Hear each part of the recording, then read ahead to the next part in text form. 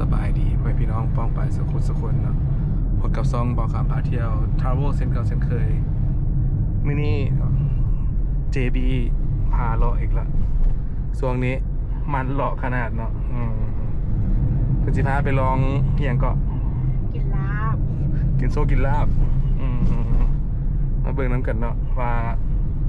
ห้านลาบดังของ JB เป็นจังไดติดตามไปน้ำกัน ห้านหนึ่งอยู่ใส่กับห้านลาบนะ พี่เที่ยวมันเป็น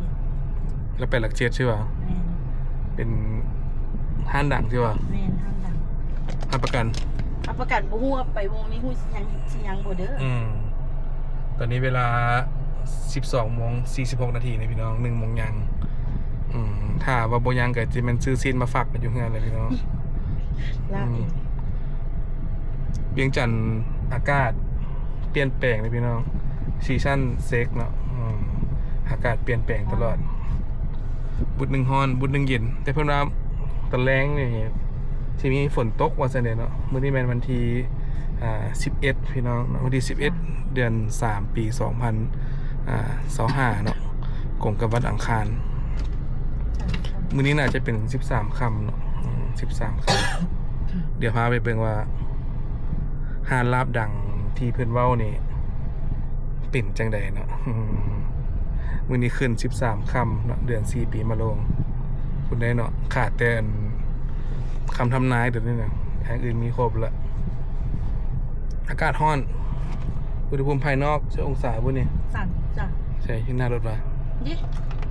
คือมันโซขึ้นหน้ารถซะเนาะ33 องศาตอนนี้ไฟแดงพลพะเนาเด้อพี่น้องพลต้องซะเนาะไปซื้อนี่แม่นปั๊มปตทเนาะทางขึ้นค่อยไฟฟ้าเลี้ยวซ้ายนี่ก็ไปทางโรงงานเหล้าเนาะไปทางพลต้องสวัสดิ์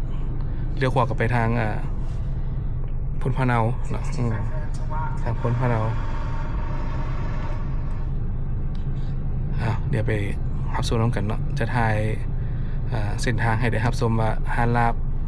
ไปทางใดพูดถึงเมื่อวานนี้บอกครั้งก็ไปถ่ายเองมาราธอนพี่น้องกับคอนเสิร์ตตามที่ได้เห็นแหละวัยรุ่นเวียงจันทน์เขาไปเที่ยวแบบใดเนาะมีกิจกรรมมีเจวิทีมใดสินะเนาะก็พอได้ถ่ายลงให้กันเบิ่งถ่ายมาฝากปล่อยพี่น้องอยู่ทางในประเทศต่างประเทศเนาะอยู่ทางอเมริกาทางแคนาดาทางฝรั่งทางออสเตรเลียอยู่ใส่กันแล้วแต่เนาะที่สนใจเกี่ยวกับคลิปวิดีโอของบ่าวคำจะถ่ายมานำเสนอให้เบิ่งเดี๋ยวต่อไป JB เพื่อจะสร้างซ่องนี่แต่ว่าเบ้ามา2 ปีเลยพี่น้องเนาะยังบ่ทันได้สร้างเพื่อตอนนี้ เดี๋ยวสิสร้างก่อนไปจีน โอ้ยเวลาเนาะเดี๋ยวเพิ่นสิไปพาทัวร์แดนมังกรเนาะซ่องเพิ่นน่ะซ่องเบาคำเลยนี่แหละเนาะเลาะแต่ในลาวนี่แหละนี่มันทางชินดาพี่น้องมันแรงเนาะชินดาได้เองถึกใจหลายห้างเขาจนแนบเบื้องหน้าเจ้าของงานน่ะกินหลายโคตร เราเที่ยวมากละทางจีน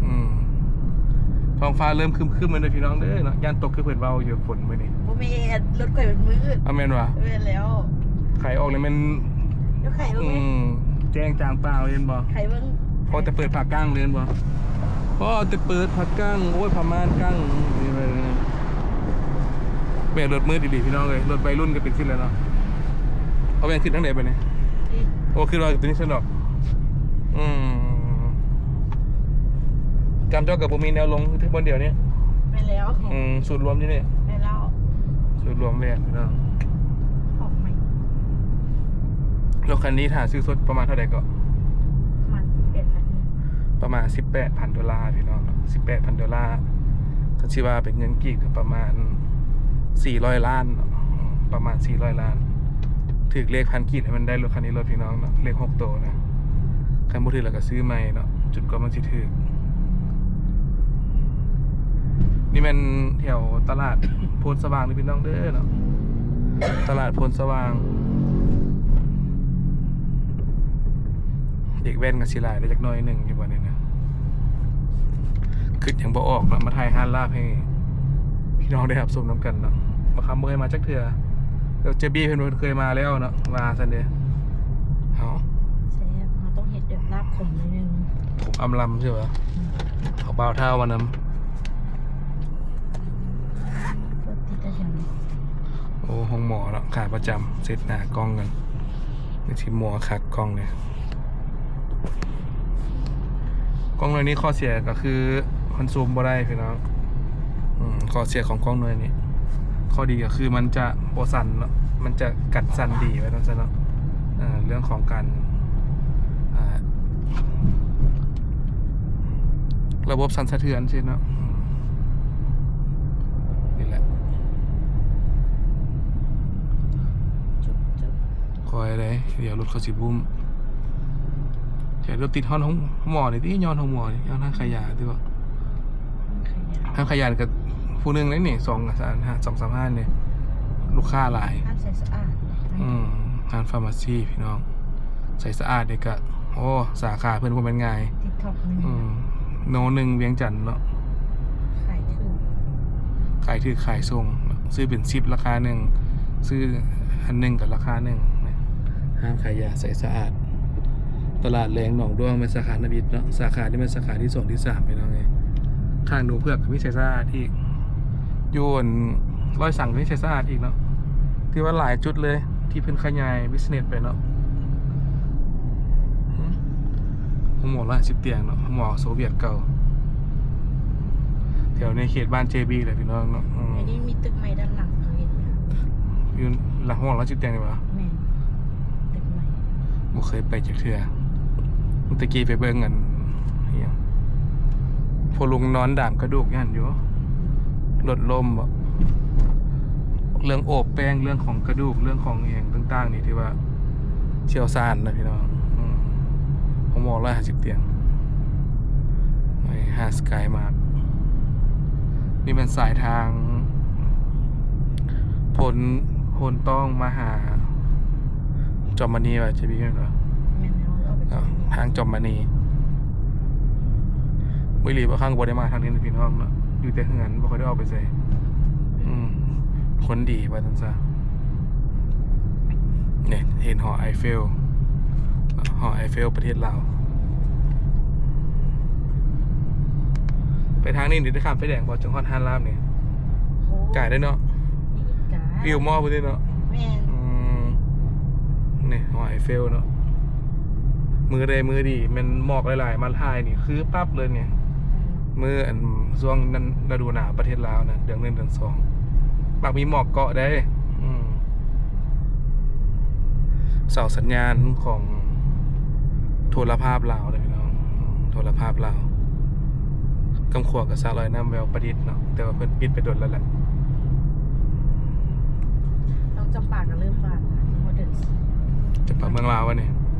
ยี่ห้อปีใหม่นะนี่ เดี๋ยววันหน้า JB ก็เอามาคล้องคอพี่น้องนะดิดปีใหม่คล้องคอห้อยสิหู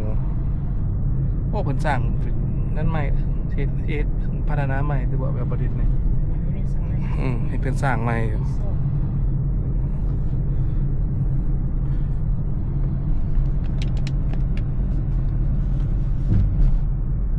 หานงัวปิ่นโอ้เจ้าดังให้พี่น้องคิดนี่ก็ได้งัวปิ่นกับปิ้งเป็ดนะเคยมากินบ่แม่นบ่เคยเนาะเห็นแต่ว่ากลางตอนแรงมากายนี่เห็นรถจอดใส่ลายเต็มอยู่นี่เนาะ จะไปกินปิดตอนเด็กครับ ไปแล้วเด้เดี๋ยวมื้อหน้าไปเนาะบ่ได้ไปหลายเดือนแล้วเด้ เพิ่มเลือดเหรอ เติมเลือดเข้าไปก่อนถือกันแอคแท็กหลายช่วงนี้เนาะตอนนี้เติมเลือดกำขอในกับบ้านจอมมณี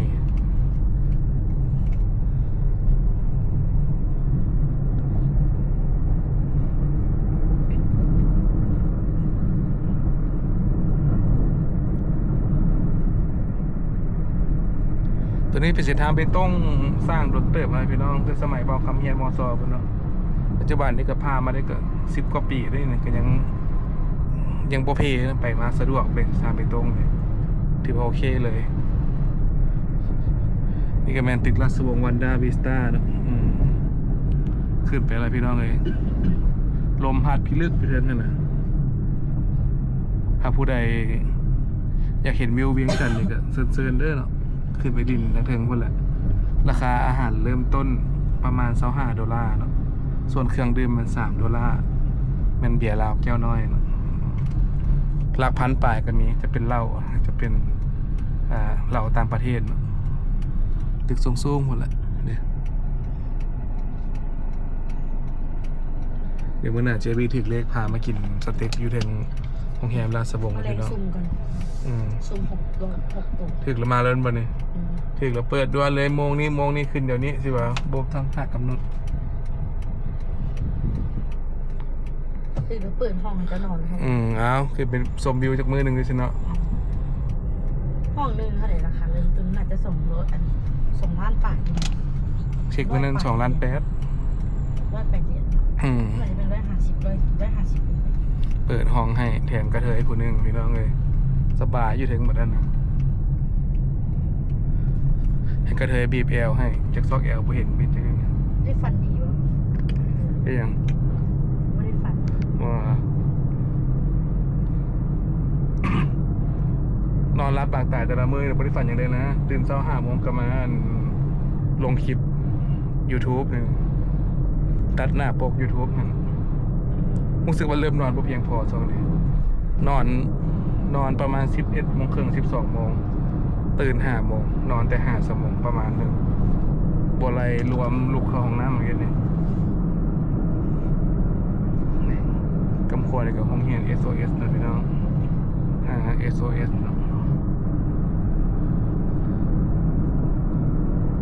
นี่ห้างขายรถ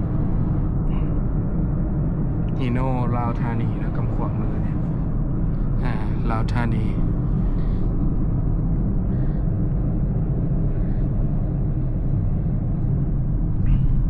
คอยเจ๊เขาแปลงทางอยู่เลย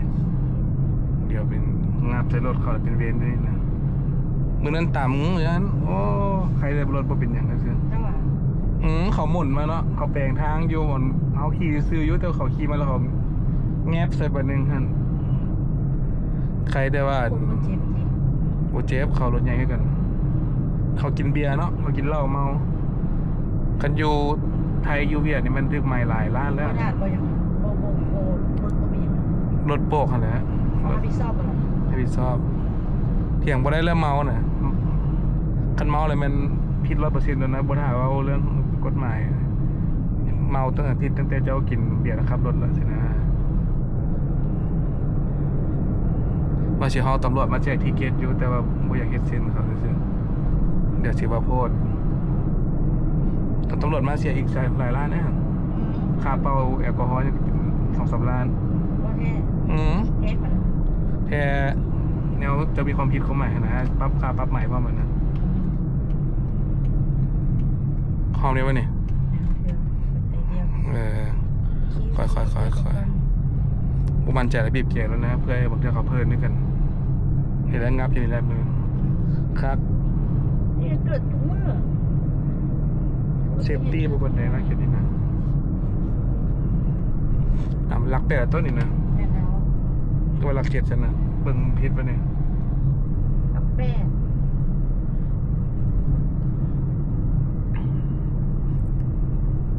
มึงก็ขักเด้อแบนหน้าแบนหลัง APB ธนาคารแดกกี้เคาน์เตอร์แบงค์ในพี่น้อง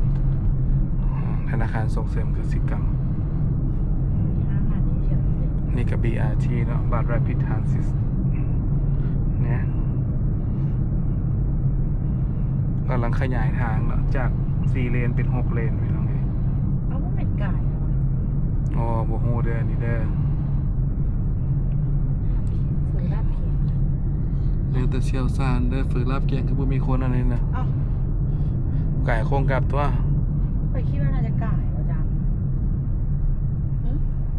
ยูโม่ไก่แล้วอ่ะ อยู่มอไก่8 เทื่อแล้วจนสิฮอดคิวรถสายได้ตัวเก่าแล้วนี่นะไม่ได้ขึ้นรถไปปักเซ่บ่ได้นี่นะต้องรถแล้วขึ้นไปรถนี่นะบายปักเซ่นั่นแหละระวังรถนี่ห้านชินจุมอินสุกนะพี่น้องสุกี้เนาะเปิดเขา3-4 โมงเช้าผู้ใดอยากจัดก็มาจัดรถอยู่เนี่ยอยู่ทางโค้งธนาคารส่งเสริมกสิกรรมเลยเนาะแอกกี้เขาเจอโปรโมชั่นแบงค์เนี่ยตัวนี้ ฝืนรับเป็นเขาเปลี่ยนทางใหม่แล้วคือบริษัทนี้ มันตาบดีบ่ เข้า เป็นโทษอย่างกับพอแปลงทางเลย เท่ากับว่าเท่าแล้วเนาะ ก็สังเกต เท่าแต่กายหัวใจยังหนุ่มไปในกำไส้ไหมเนี่ย อยู่เบื้องนี้นะ บนท่านเขาวซอยลังเกตเห็นว่าบนเป็นท่านเขาวซอยลังเกตเห็นว่า คนหลายๆเนาะ เขานั่งกินเป็นมื้อเล่นบอไปกล้วยจะเล่นมันนี่ เดี๋ยวแก้วมีโซ่มีไซส์นะ คอยซ้อมมือคัก ต้องมีคนหลายๆหรือว่าเขาบ่เปิด ๆคนลาดได้แม่รถบ่ แม่ล่ะ ใส่นอกไปนี่มีแต่ขายดินนะอยู่นี่นะมาซื้อเขาบ่เนี่ยหลายล้านจะได้เนี่ยเป็นทรงเลยนะนี่งานพักแก้วพิลากำซ้ายมือต้องไปซื้ออีกกันบ่ปั๊มน้ำมันพลัส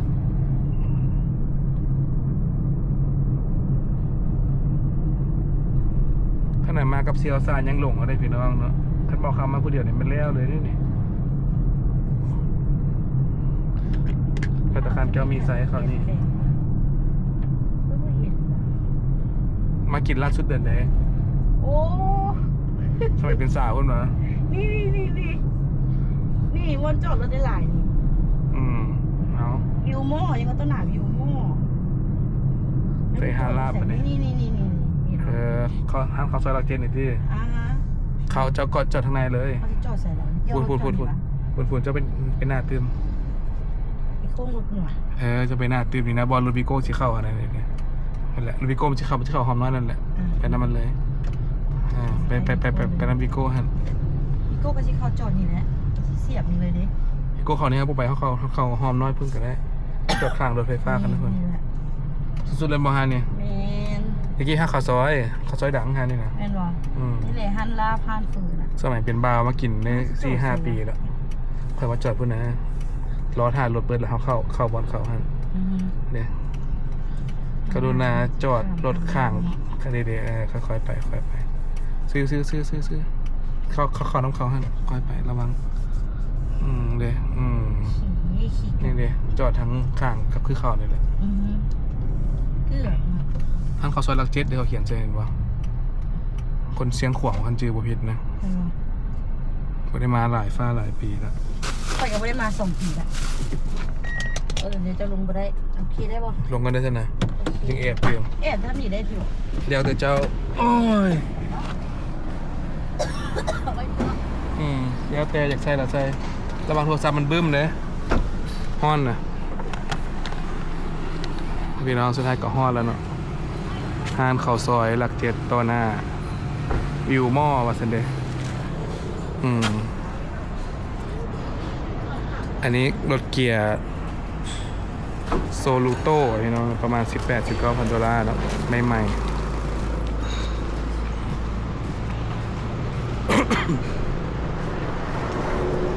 เป็นห้างในห้องแอร์พี่น้อง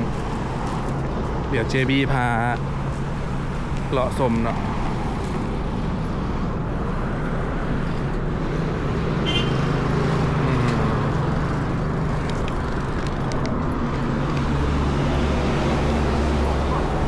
เป็นยังไงนี่ลูก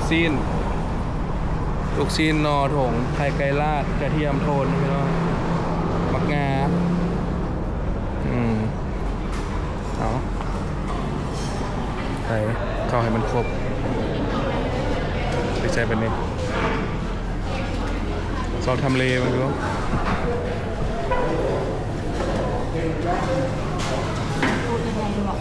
แล้วแต่มากไป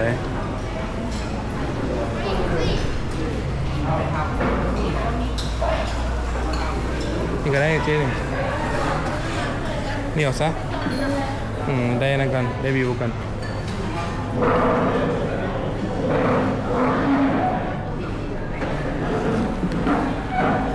มีบริเวณห้างเพิ่นเนาะฟรีไวไฟ มาสมีบุรี พอดีเบิร์ดเนาะมาสำนีนะโอ้มีกาแฟมีเอสเปรสโซ่อย่างความพี่น้องมีเครื่องดื่มตะกี้มาบ่มีแอร์หรอกระยะประมาณ 4-5 ปีก่อนเนาะเดี๋ยวนี้มีแอร์เรียบร้อยแล้ว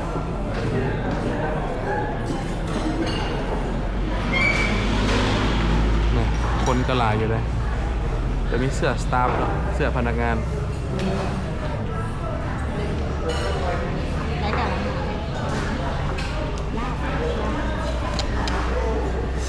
มีอย่างไรก็เบิ่งดูเจบีเบิ่งดู มากินลาบมั้งเนาะ มากินลาบกับแกง ไม่เอาลาบเนี่ย ข้าวเหนียวเย็นๆจะจอจานหนึง ลาบหัวเอาสุกดิบ มักแกงไหนสั่งแล้วนะ เอาสุกดิบๆเนาะ อืม เอาลาบ ใส่ลาบอยู่ใส่เบิ่งดู ลาบหัว ตัวใดเอาซุปหนึ่งดิบหนึ่งก็ได้หรือว่าเจ้ากินได้ไห ไป ม กินสุกดิบๆนะ เอาซุปดิบอันเดียวหันละ เอาสุก กับ ดิบ กับอีหยังกับเครื่องในเอาอย่างสั่งไหม เก่งเกาเหลาเนาะหรือว่าเก่งข้างใน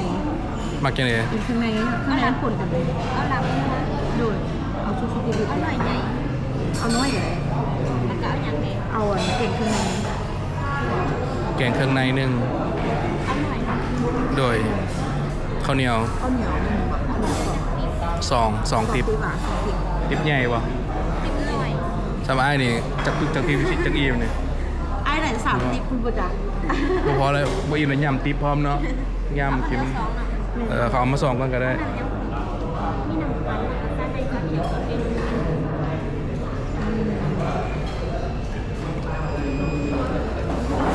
่หนังน้ำเนี่ย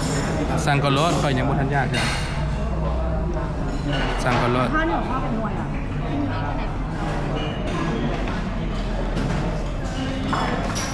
เอาข้าวสุดเป็นหน่วยอ่ะ เอาเพื่อนอันหนึงก่อนไอ้สิเบิ่งเมนูเติมกันไอ้ขอถ่ายอันนี้หน่อยเดี๋ยวๆนี่กอาหารข้าวซอยนะพี่น้องเมนูอาหาร ข้าวแรงฟื้นกับมึงนี่ มีข้าวซอยเนาะถ้วยน้อยๆนี่ถ้วย22,000เนาะถ้วยใหญ่55,000อันนี้ก็เมนูตามสั่งเนาะลาบตัวน้อยเริ่มต้น 82,000เนาะลาบหัวตัวใหญ่เลยมัน60แกงปลาส้มปลาอย่างครบอยู่นี่ก็อาหารจานเดียวเนาะอาหารจานเดียวก็มีข้าวผัดเนาะเริ่มต้น37ใหญ่สุดเลยเป็น42,000พี่น้องเมนูเพิ่มเติมเนาะลวกซีนเปื่อยลวกชิ้นสด38 50,000ถือว่าเป็นราคากลางๆนะพี่น้องสิบะเพงกับบ่เพงสิบะเทศกับบ่เทศราคากลางๆห้านข้าวซอยถ้วยจิ๋วนี่มันเครื่องดื่มพี่น้องเด้อเมนูน้ำชากาแฟ22,000แล้วแพงสุดละ30,000น้ำหมักไม้สด24,000เนาะ ต่างๆวัตถุ แพงสุดก็30,000กาแฟนมเย็นมีกาแฟเริ่มต้น 15,000นะแพงสุดก็25,000ราคาก็ตามนี้เลยก็เลยอยากอ่านแล้วกดสต็อปไปอ่านเลยพี่น้องเด้อนะกดสต็อปไปอ่านจึงสิฮู้ราคาเนาะเปรียบเทียบว่าเงินดอลลาร์ปัจจุบันนี้$100ได้1ล้านได้2ล้าน170,000เนาะโดยประมาณเลยพี่น้องเด้อสมมติเมนูเครื่องดื่มเนี่ยประมาณ$1นะ$1ไปปลายนิดนึงเมนูเครื่องดื่มนี่เมนูข้าวเปียกลาบนี่ก็ประมาณ$2เนาะจานหนึ่งลาบก็ตามที่ได้เห็นน้ำกันแต่ชิงๆบ่ได้มาเมื่อนี้ ซิงไปห้องเฮียน ชิงๆไปโรงเรียนเนาะนี่บ่ได้เดี๋ยวพาชิงๆไปกินปิ้งปลาเค็มน้ำขอมเลยพี่น้อง น่าสิป่าไปปิ้งซิงอยู่ปิ้ง ชิงๆปิ้งเค็มของเพราะว่ากินอยู่บ้านมันแล้วไวโพดหั่นนะพี่น้องเนาะต้องได้ไปดังไฟมันยากๆได้หน่อยนึงพวกฝรั่งก็มากินเลยพี่น้องเด้อเพิ่นคนลาวได้นี่เด้อพุ่นย่างบึ้มๆเข้ามาลาบ5จานแล้วก็เมื่อได้ไหม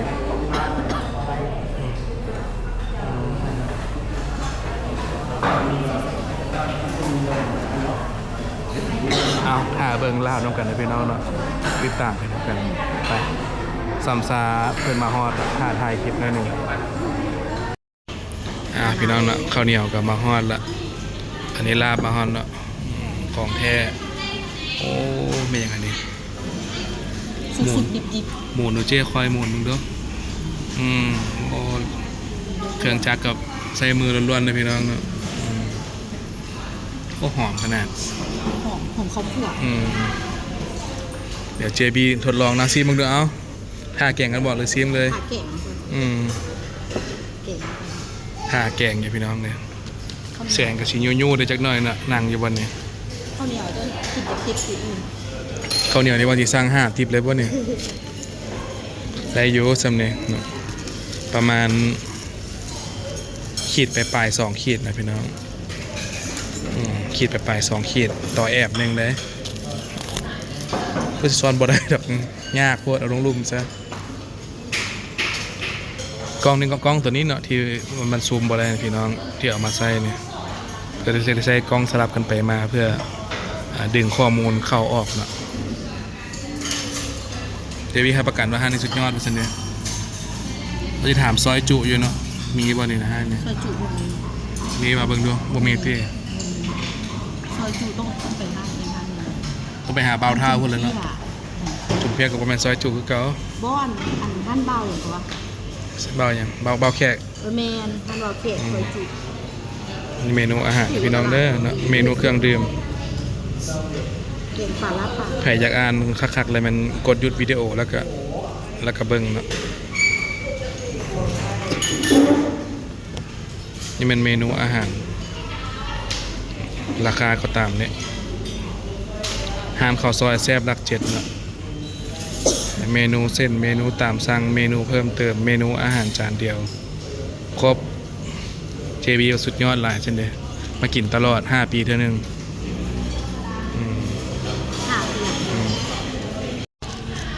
โอ้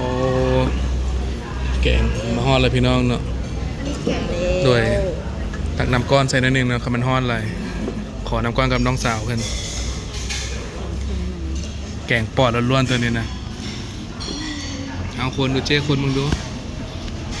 คนค่อยๆมึงดูแกงข้างในพี่น้องมีปอดเนาะมีปอดมีพุงม้ามพุงโอ้สุดยอดเลยแบบนี้ไม่เคยเห็นไม่เคยกินมาก่อนจริงนะเอาซิมแกงเขาได้เกาะแกง70ลาบ70ใช่ป่ะลาบ40เนาะเมนูเพื่อนเอาไปแล้วมั้งชุดน้อยเด้อพี่น้องเด้อนี่เขาจะว่าอะไรกิน3คนกับบ่เบิดได้นี่เนาะคันกินน้อยนะมันกินหลายคนเดียวกับบ่อิ่ม นี่คือ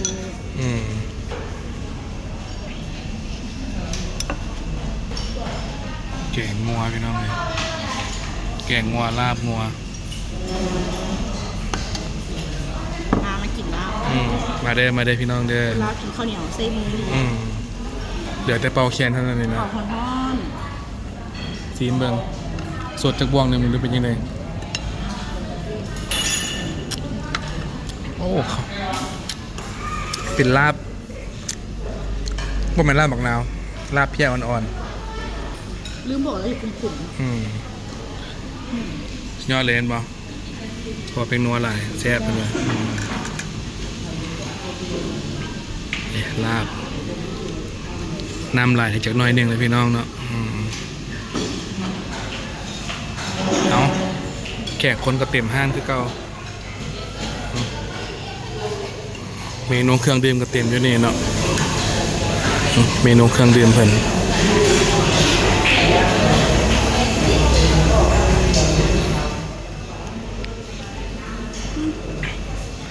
กินข้าวกันเนาะ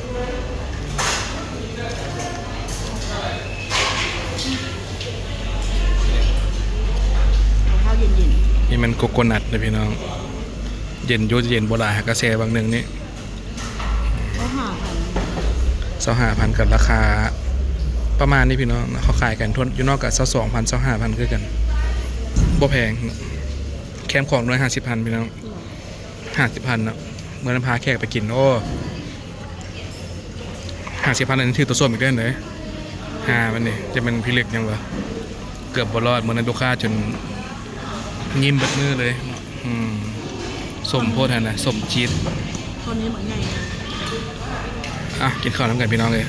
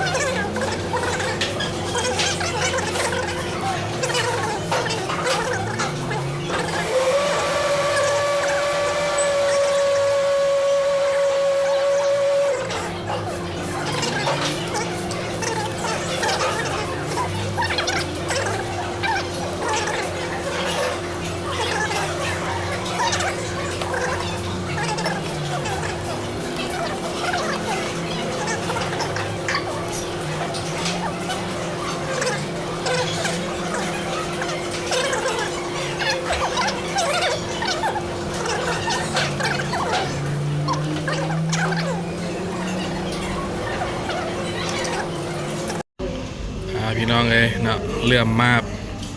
ขนาดบ่หิวเข้าวไปเลยนี่นะบ่เหลือตอนเลยตอน อธิบายด้วยเป็นยังไงอาหารมื้อเป็นยังไง บ่เหลือขวนจานเลยแซ่บ แปดเติร์ดพี่น้องเลย JB มาแซ่บสันเดย์ที่ได้ข้าวเหนียวอันเหลือน้อยหนึงเนาะเพราะว่ากินตอนเบิดก่อนพี่น้องแนะนำเลยเนาะห้านนี้ไปรายการแบกกันมานั่นได้เด้อเนาะมาซีมได้ห้านนางสมัยแม่อิดเข้าซอยหลักเจ็ดเนาะเข้าซอยเมืองสิงห์ได้เรื่องเลย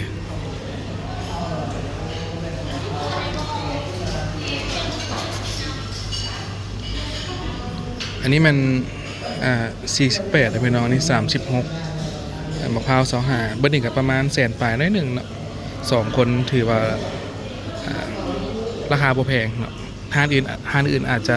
จานสุด2อย่างนี้น่าจะประมาณ150,000หรือว่า180,000เนาะแต่อันนี้2อย่างนี้บ่ฮอดแสน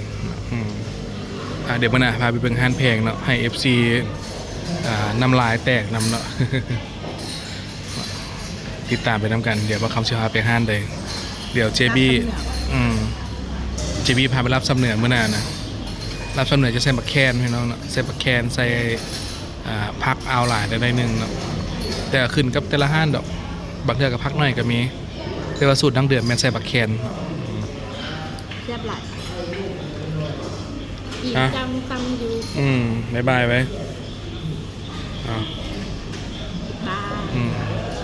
ผมไม่ในคลิปหน้าเลยพี่น้องเนาะขอขอบใจที่นี่ขานข่าวซอยแซบหลัก7เขตบ้านผ้าขาวเมืองไซธานีนครหลวงเวียงจันทร์ขอขอบใจบ๊ายบายพี่น้องราคาเมนูกับประมาณนี้เด้อเนาะลาบงัวข้าวเหนียวต่างๆเนาะเบิด147,000ประมาณ$6นะพี่น้องประมาณ$6